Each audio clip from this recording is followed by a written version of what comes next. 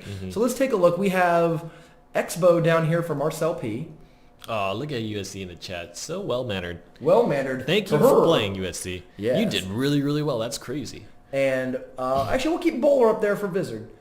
Marcel P, I love you. We've seen actually a shocking amount of Bowler v Expo this week. Like, you know what I mean? Like, because the giant Bowler deck's popular, but a lot of Expo decks in this tournament format, and this learning how to fight the Expo Bowler match seems key. What's interesting about Marcel P's deck... Oh, no, he doesn't have Inferno Tower. I thought he didn't have it for a second. I missed it. I missed it. So, yeah. I don't even know who to pick here. I couldn't honestly pick. They're both really good players. Vizard usually impresses me with his deck building. He's running a pretty straight down the line deck today, but actually, just like USC, no poison. No poison.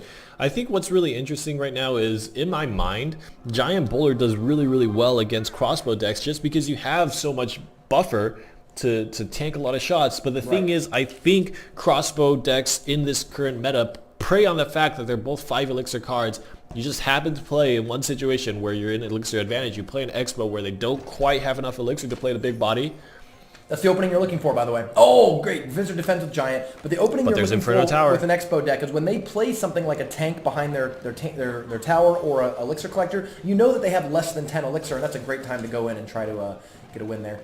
Ooh, is this Giant going to take down both of them?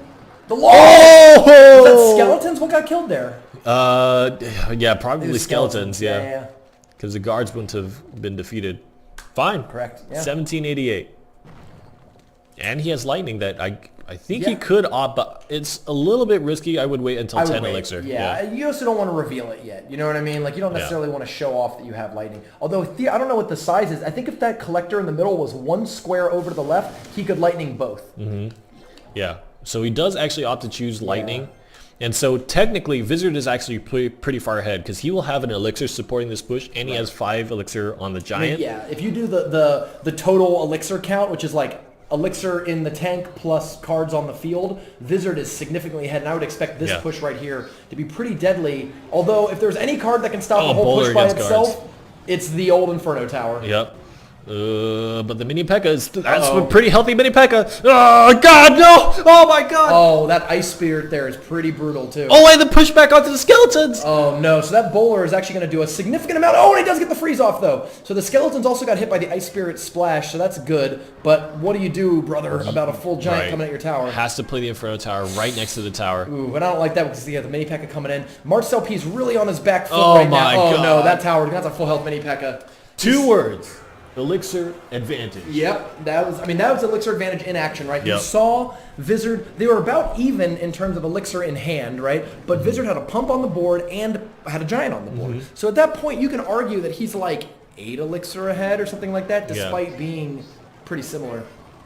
That's the big problem with Expo, is that Expo sometimes kills stuff, but isn't really an efficient troop killer. It's much more of a tower killer. So even if you have a pretty successful Expo that gets your opponent's tower down to like 1,000, you spent 6 elixir purely on damage, right? Just to like get it out of your hands and put it in damage. So you open yourself up to big counter pushes, which is why the deck is so otherwise defensive. And trying to play the extended drop zone, play the mini P.E.K.K.A. right to the right side of the crossbow.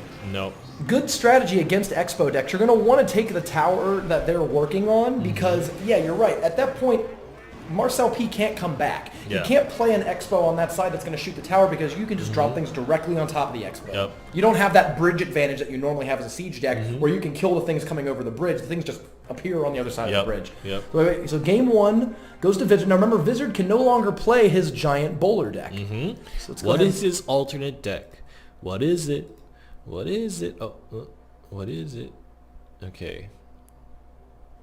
Vizard, show me what you got. Apex Predator in chat makes a very good comment. I do think that Marcel P's lightning was a little too greedy. I understand that he was at 10 elixir and maybe didn't want to commit anything to the board. But there had to be something better, I think. Because the lightning can take off 6 pumps. But if a collector only has like 3 pumps left on it, it's what are you really doing, right? Like you're spending a lot of elixir to almost just like rocket a tower. The other way to roll it around in your head is that if he plays the elixir collector and he's already gained back that elixir, like he's already back to 10, if you play that lightning, it doesn't even matter how many pumps you take off that collector, he's still going to be able to punish you for your missing 6 elixir. You know what I mean? So Marcel, okay, so Vizard is, oh wow, so both players switch decks, okay? Marcel P, so if you win, you have to switch decks. So Vizard switches to his Miner Inferno Bowler deck, and I believe we have an identical card-for-card mirror match as Marcel P opts to switch from the Expo Lightning deck to the Miner Inferno deck. Now this is, if you haven't seen this deck before, if this is your first time watching the Super Magical Cup, this is a very regular performer here in the top 8 rounds. It is an incredible, it's probably, if there's a spectrum of like offensive decks to defensive decks, this is hard defense, right? Yes. Like every card in this deck is incredibly powerful on defense, good at generating elixir advantage, and then he converts the elixir advantage into miners and poisons on the enemy towers. This is going to be a complete mind game between these two players over who can get a little bit of tower damage lead, and then, you know, who can play the better defense against the miners. So let me turn off the Expo here for, yeah, you go ahead. So let's just put Miner Bowler up for both players. You know, it's actually one of the namesake cards of this deck, the Inferno Tower, is actually going to be one of the least important cards in the matchup because of all the miners and poisons going at the far corners as opposed to in the center. I'm looking around the room to try to find any kind of cushions and pillows. I'm ready to bunker down. That's it. It's hibernation. Ooh, oh, that's a lot to counter a boo, and he still gets a few punches. God. So that's exactly what we're talking about. I think Vizard probably should have done the Ice Spirit there instead. Yes. Right? I agree. Especially after we saw how that worked in the one game. It's an odd miner. I mean, I get what he's trying to do. I think he was trying to distract the Inferno Tower was the goal there. But yeah, the Bowler doesn't even do that much damage. I think an Inferno Tower would have been able to kill that miner and the Bowler before really being in serious trouble. Oh. Yeah, UFC in chat says this game will be hair pulling. I agree. Like, I love Clash Royale. I play this game every day. If there's any deck that makes me want to like bend my phone in half, it's this archetype. It's so hard to push through as a defense, as an offensive deck. You really need just the right key of cards. You know what balance change I think is going to be the most relevant against this deck actually is the new lightning change with the stun. Because when they drop Ice Wizard Inferno or Bowler Inferno, you can lightning the Inferno Tower to reset it. And also do a lot of damage on the tower. Right. Well, yeah, you do a ton of damage to the tower, which is a good thing. You're trying to force through damage. You almost kill the Inferno Tower, and you reset it. Perfect. Rumham has already pulled all the hairs. Oh, man. From this matchup. So, right now, slight elixir advantage for... Actually, yeah, slight elixir advantage for Vizard, but... Vizard, both of them are really attacking the collectors. Neither of them want to get an elixir, let the other player get the elixir advantage because the whole matchup here is who can convert more bonus extra elixir into miners and poisons and not get punished for it. Yep.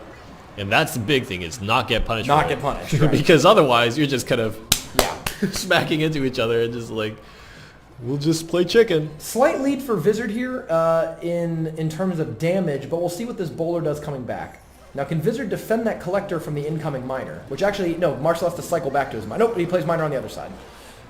So the trick here, another part of the mind games of this deck is, okay, so if you put your collector on the opposite side, on the strong side of the tower, do you want to, your opponent has to decide, do I want to poison that collector and keep them from getting a lot of advantage, or do I want to keep working down the weaker tower?